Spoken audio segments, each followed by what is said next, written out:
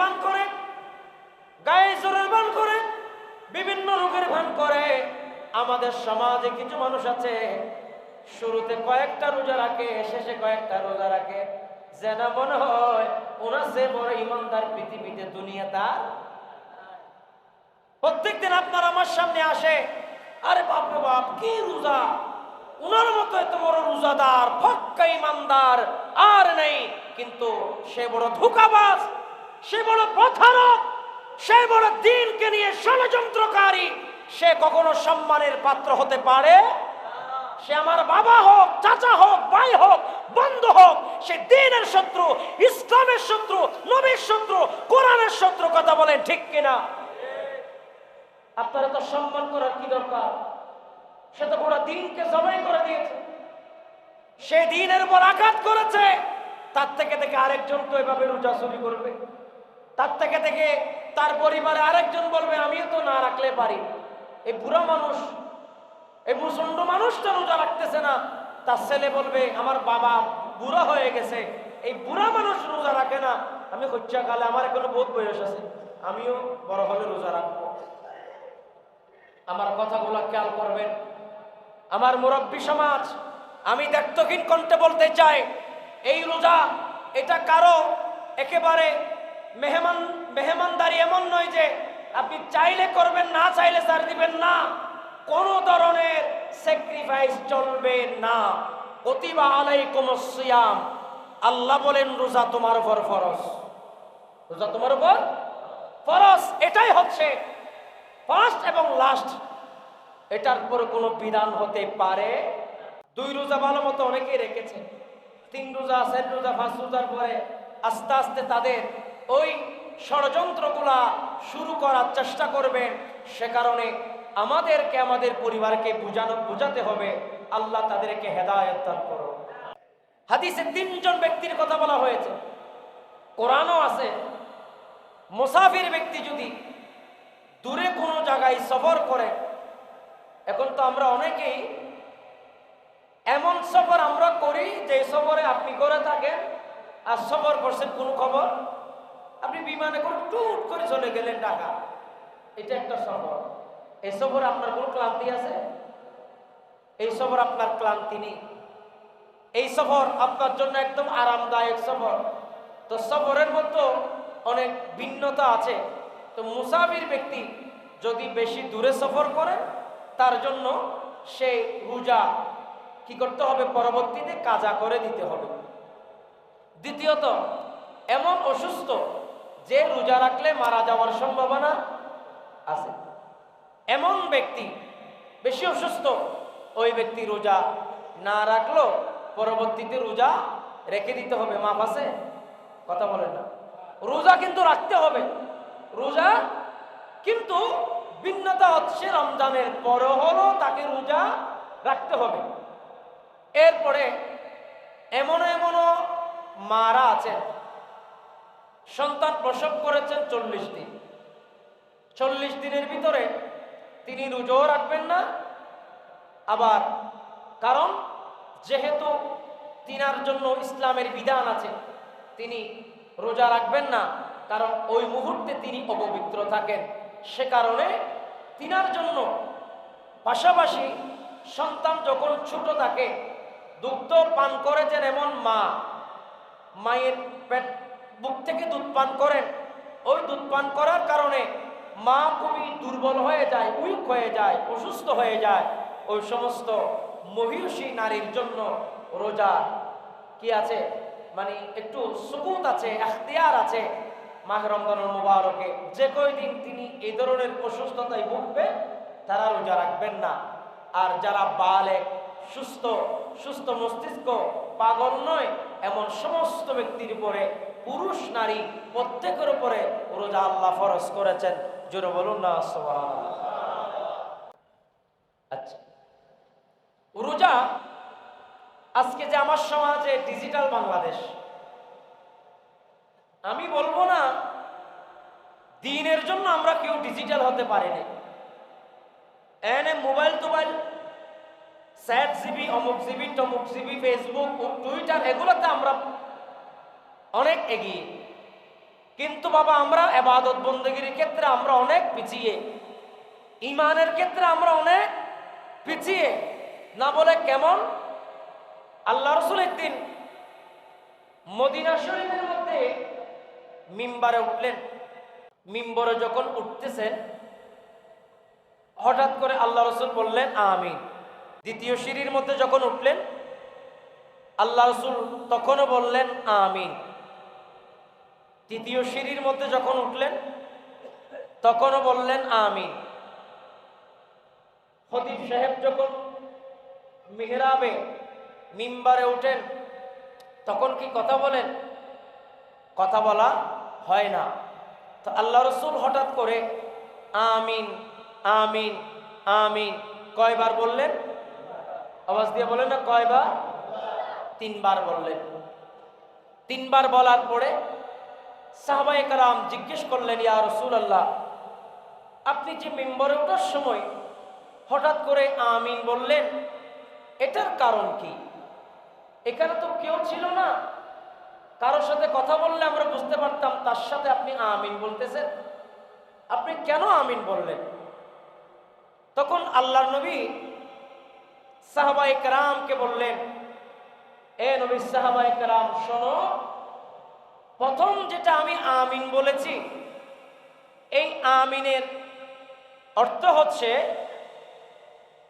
যে মাহে রমজানুল মুবারক, শাহরু রমাদান আল্লাযী উনজিলা ফীহিল কুরআন, আল্লাহ মাহে রমজানুল মুবারকের মাসে কোরআন দিয়েছেন। কোরআনুল কারীমের মধ্যে আল্লাহ বলেন, ফামান শাহিদা মিনকুমুশ শাহরা ফালইয়াসুমহু, তোমাদের মধ্য থেকে যারা এই মাসটি পেয়েছে সে যেন মাহে রমজানুল মুবারকের রোজা রাখে। কি বলেছেন? ফামান শাহিদা মিনকুমুশ শাহরা, শাহর মানে মাস, তোমাদের মধ্য থেকে যে ব্যক্তি এই মাস পেয়েছে ফালইয়াসুমহু, সে যেন রোজা রাখে। একটু জোরে বলুন না সুবহানাল্লাহ। তাহলে এটা কার হুকুম? আল্লাহ। তো আমার নবী বলছেন, আল্লাহ তো কোরআনে বলেছেন যারা রমজান মাস পাবে তারা রোজা রাখবে। আমি রাসূলকে দেখতেছি এখানে এলাকার মধ্যে অনেক মানুষ ওরে ফিটপাট, ভিতরে সদরঘাট, খরচ ওরে ফিটপাট, তাইলে তো না। ঈমান, আকীদা, ইবাদত বন্দেগী, নামাজ, রোজা, হজ, যাকাত, এগুলোর মধ্যে কি থাকতে হবে? ফিট থাকতে হবে। আপনার এই কাপড় চোপড় কবরে আপনাকে বাঁচাবে না, এজন্য মনে করবেন না কাপড় চোপড় আপনাকে বাঁচাবে। কাপড় চোপড় যদি বাঁচাতো তাহলে নমরুদ ফেরাউনও সবচেয়ে বড় ইমানদার হতো, নমরুদ ফেরাউন সবচেয়ে বড় জান্নাতি হতো। আল্লাহ রাসূল বললেন, আমি দেখতেছি মাহে রমজানুল মুবারক এসে গেছে, অনেক মানুষ রোজা রাখে নাই। জিবরিল এসেছে, ইয়া রাসূলুল্লাহ, তাদের জন্য লানত, তার জন্য বদদুয়া, সে ধ্বংস হোক, সে ধ্বংস হোক, সে নিপাত যাক ওই ব্যক্তি যে মাহে রমজানুল মুবারকের চাঁদ উদয় হয়েছে কিন্তু সে রোজা রাখে। আল্লাহ রাসূলকে জিবরিল বদদুয়া দিচ্ছে, আল্লাহ লানত। জিবরিল বলছে ওই ব্যক্তির উপরে যে মাহে রমজানুল মুবারকের রোজা রাখে নাই। আমার রাসূল বলে আমিন। রাসূল কি বলেছেন? আমিন বলেছেন। অর্থাৎ আল্লাহ রাসূল এটার উপর কি দিয়েছেন? সমর্থন দিয়েছেন। রাসূল এটার উপরে সিলগালা করেছেন, রাসূল এটার উপর সার্টিফাই করেছেন যারা মাহে রমজানুল মুবারকের রোজা ছাড়বে তাদের উপর আল্লাহর লানত, জিবরিলের লানত, রহমতের ফেরেশতার লানত। কথা বলেন ঠিক কিনা? কথা ক্লিয়ার। মাহে রমজানুল মুবারকের রোজা নিয়ে কোন ধরনের কনসিডার চলবে? বলেন না, কোন ধরনের কনসিডার চলবে? আপনি চাকরি করেন, আপনি অমুক করেন, এগুলা বহুত করছেন জীবনে। চাকরিও করতে হবে, রোজাও রাখতে হবে, আল্লাহকেও সন্তুষ্ট করতে হবে। আমিন বলেন। এখন আপনারা বলবেন, সাহাবায়ে কেরাম নবীজিকে জিজ্ঞেস করলেন যে দ্বিতীয় আমিন বলার কারণ কি? দ্বিতীয় সিঁড়ির মধ্যে রাসূল কেন আমিন বললেন? আমার ভাইয়েরা, গভীর মনোযোগ। আল্লাহর নবী মিম্বারের মধ্যে যখন উঠলেন দ্বিতীয় সিঁড়ির মধ্যে নবীজি আমিন বললেন।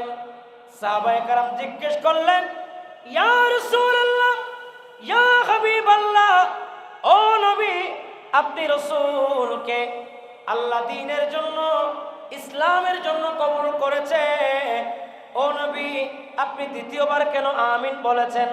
আল্লাহর নবী বলে, মা বাবা এটা আল্লাহর দেওয়া নেয়ামত, ঠিক কিনা বলে? মা বাবা এটা আল্লাহর দেওয়া নিয়ামত। আমার মতো আর কে বুঝবে মা বাবা কত বড় সম্পদ। আমরা গত বছর মাহে রমজানুল মুবারকে আমি আমার মায়ের খেদমত করতে পেরেছিলাম, কিন্তু এই বছর আমি আমার মা বাবার খেদমত করতে পারছি না। মা বাবা ছাড়া আমার এই রমজান তো কাটেই না, কারণ মা বড় আদর করে সন্তানকে মাকে রমজানের রোজার জন্য ডেকে দিতেন।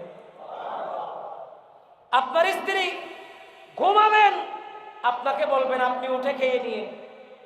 আপনার স্ত্রী আপনাকে এতটা যত্ন করে আপনাকে রোজার জন্য ডাকার সুযোগ হয়তো বা তার হবে না, কিন্তু মা এটা এত বড় নিয়ামত, যেই মা সন্তানকে আদর করে সন্তানকে ডেকে দেবেন খাবারের জন্য, চটপট করবেন, বৌমাকে বলবেন বৌমা তাড়াতাড়ি খাবার রেডি করে দাও, আমার ছেলে উঠে যেতে খেতে পারে। কথা বলেন ঠিক কিনা? এজন্য এক একজনের এক এক গুণ, মায়ের এক গুণ, স্ত্রীর এক গুণ, ভাই বন্ধুর আর এক গুণ, এক একজনের এক এক গুণ। কথা বলেন ঠিক কিনা? আপনি যদি বউয়ের বিপক্ষে বলেন তাও আপনি বেঁচে যাবেন, আপনি যদি শুধু মায়ের পক্ষে বলেন তাও বেঁচে যাবেন, কারণ তাদের প্রত্যেকের হকের ব্যাপারে যিনি বলেছেন তিনি কে? বলেন না তিনি কে? আল্লাহ রাসূল মিম্বরের মধ্যে দ্বিতীয় মিম্বরে আমার নবী আমিন বললেন। তো কেন বললেন? আমার নবী বলেন, এই নবী সাহাবায়ে কেরাম, আমি আমিন বলতেছি, জিবরিল বলতেছে, ইয়া রাসূলুল্লাহ, ইয়া হাবিবাল্লাহ, ও নবী, মা বাবা পাওয়ার পরে মা বাবার গোলামি সে করতে পারে নাই, শ্বশুর শাশুড়ির গোলামি করেছেন, গোড়া জিন্দেগি বাদাইমাই করেছেন, গোড়া জিন্দেগি অপর মানুষের গোলামি করেছেন, কখনো মা বাবার সেবা করতে পারে নাই।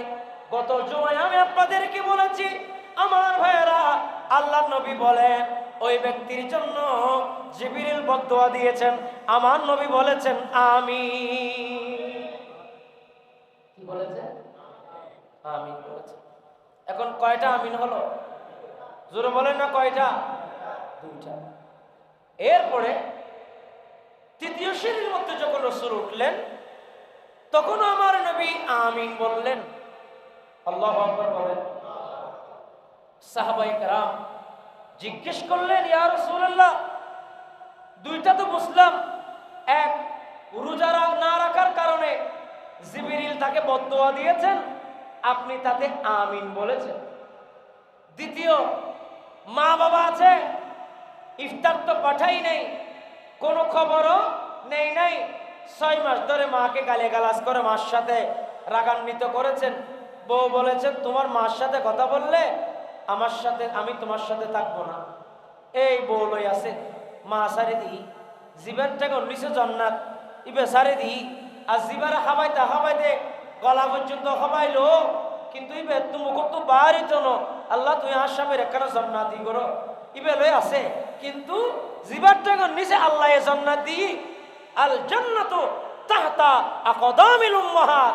মা এবারে আজিয়া 6 মাস মার খবর নেই, ইল্লা বন্দা আছে না নাই? জোরহন আছে না নাই? আল্লাহ তাআলা হেদায়েত দান করো, মা বাবার খবর লইব তৌফিক দান করো। আল্লাহ তুই আর দিলর পাথরের মতো দিলরে তুই নরম করি দাও। আল্লাহ তুই আর মা বাবার লই একখান সুসম্পর্ক করি দাও। আল্লাহ বন্ধুত্ব সম্পর্ক করি দাও। ইয়া রাসূলুল্লাহ, এটা তো বুঝলাম 2 নম্বর। ইয়া রাসূলুল্লাহ 3 নম্বর কি? বলে আমার রাসূল কথা বলে না, নবীজি কথা বলে না। আবার জিজ্ঞেস করলেন, আয়াকা ইয়া রাসূলুল্লাহ, ইয়া হাবিবাল্লাহ, 3 নম্বর কে? আমার নবী ডাক দিয়ে বলে, ও নবীর উম্মত, উম্মতের জন্য জিবরিল বদদুয়া করেছে। যে নবীর উম্মত মসজিদের মধ্যে খুতবা দেয়, মসজিদের মধ্যে জুমার নামাজ পড়ায়, মসজিদ আছে মিম্বার আছে, মাইক আছে, কিন্তু নবীর দরুদ নাই, ইয়া নবী সালামু আলাইকা নাই। আমার নবী তাদের জন্য বদদুয়া দিয়েছেন, জিবরিল বদদুয়া দিয়েছেন, নবী আমিন বলেছেন, ঠিক কি না? আপনারাই তো তাদের পক্ষে আরো সাফাই গান। মসজিদ গিয়ে আমার বেশি ভালো লাগে, আরো কিছু ধরে নিয়ে যান, ওখানে নিয়ে যান, সবাইকে নিয়ে যান, আমার কোনো আপত্তি নাই। কিন্তু মনে রাখবেন, আল্লাহ রাসূল স্পষ্ট বলেছেন, যেই মসজিদে রাসূলের দরদ নাই সে মসজিদে আপনি নামাজ পড়েন। আপনি তো ওই তো দেখছেন, এমিয়া বলছে, বলে আমি যাই না ওই মসজিদে, যে মসজিদে আমার নবীর উপরে সালাতু সালাম হয় না। আমার নবীর ব্যাপারে এটা ঈমানের ব্যাপার। সুবহানাল্লাহ বলেন, আর একটু জোরে বলেন না সুবহানাল্লাহ। বলেন, আমি কি মন গড়া কথা বলছি না হাদিস থেকে বলছি? হাদিস থেকে বলছি। আল্লাহ রাসূল বলে, ওই ব্যক্তির উপরে বদদুয়া, জিবরিল বদদুয়া দিলেন, আল্লাহ রাসূল বললেন আমিন। কারণ ইন্নাল্লাযীনা ইউযুনাল্লাহা ওয়া রাসূলাহু লাআনাহুমুল্লাহু ফিদ দুনিয়া ওয়াল আখিরাহ। আল্লাহ এবং রাসূলের সাথে যারা দুশমনি করে, গোস্তাখি করে, তাদের উপরে কার লানত? আল্লাহর লানত। এটা কার কথা? আল্লাহর কথা। জোরে বলুন না সুবহানাল্লাহ। এজন্য আমি বলি, তারাবির নামাজের জন্য মাশাআল্লাহ আল্লাহর দরবারে শুকরিয়া আদায় করে বলছি, এরা এখানুল ইসলাম আপনাদের গোলাম হিসেবে আছেন। আজ এই মসজিদে তারাবির নামাজ পড়ার জন্য আগ্রাবাদ থেকে পর্যন্ত মসজিদে এখানে মানুষ আসে, তো আমিন হইবে না? আরো জোরে বলেন না আমিন। আগ্রাবাদ, বাদামতল থেকেও এখানে বহু আশেপাশের জায়গা থেকে আমাদের এখানে তারাবির নামাজ পড়ার জন্য আসেন। কিন্তু কিছু কিছু হরফে ইল্লত আমাদেরকে তাদের ভালো লাগে না, তারা আবার আমাদের ছেড়ে অন্য জায়গায় যায়। আমি আপনাকে বলতে চাই, যে মসজিদে নবীর মিলাদ কিয়াম হয়, আরে সেই মসজিদ আল্লাহ এবং রসুলের আদলে চলে, এটা তোমার অজময় না, তার মানে আপনার পেটে ওই বাত অজময় না, তো আপনি আপনার কপালে কি আছে এটা তো আমরা জানি না। তবে আল্লাহর কাছে দোয়া করব, ফিরে আসুন। এটা কেন্দ্রীয় মসজিদ, এটা শাহী মসজিদ, এটা সুপরিচিত মসজিদ। কথা বলেন ঠিক কি না? এটা আল্লাহ তাআলা আমাদেরকে দিয়েছেন, এটা আল্লাহরও বড় নিয়ামত। আমাদের সাথে মসজিদও আছে, সাথে মাজারও, জিবা ইসলাম লইছি, আল্লাহরও ওলিও আছে, সে ওলির দেওয়া মসজিদও আছে। তো সুতরাং আমাদের কোনো কিছু কমতি নেই। আল্লাহ আমাদেরকে কবুল করুন। তিনটা আমিন বলেছেন, আপনাদের মনে থাকবে। আল্লাহ আমাদের সবাইকে কবুল করুন। রমজানের এক ওয়াক্ত তারাবির আলাদা দাম, সেজন্য সূর্য তাকিয়ে থাকে কোন বান্দা আল্লাহর ঘর মসজিদের দিকে যাচ্ছে। আল্লাহ যখন হাসরের মাঠে আমাদেরকে জিজ্ঞেস করবেন, এ বান্দা তুমি কি করেছো? সূর্য দাঁড়িয়ে যাবে, সূর্য বলবে, আল্লাহ বান্দা তো তোমার ইবাদতে শামিল ছিল। চন্দ্রকে জিজ্ঞেস করবে, এরে চন্দ্র, আমার বান্দা তাহাজ্জুদের নামাজ পড়েছে তো? আমার বান্দা তারাবির নামাজ পড়েছে তো? আমার বান্দা ইবাদত বন্দেগী করেছে তো? তো চন্দ্র ডাক দিয়ে বলবে, আল্লাহ তোমার বান্দাকে দেখেছিলাম আজান হওয়ার আগে বেসাসা মসজিদে চলে গেছে, আরে রাত যত গভীর হয়ে তোমার বান্দা আসতেছে এটা আমি দেখেছিলাম। আমার আল্লাহ বলবে, এজন্য তো আমি রমাদা অর্থ বলেছি মুছে ফেলা, পুড়িয়ে দেওয়া, ধুয়ে মুয়ে ছারখার করা। রমাদান অর্থ হচ্ছে পুড়িয়ে ফেলা। কি পুড়বে? আমাদেরকে পুড়বে না, না, মুমিন তো পুড়ে না, মুমিনকে আগুনে স্পর্শ করে না। যেন বলেন না সুবহানাল্লাহ।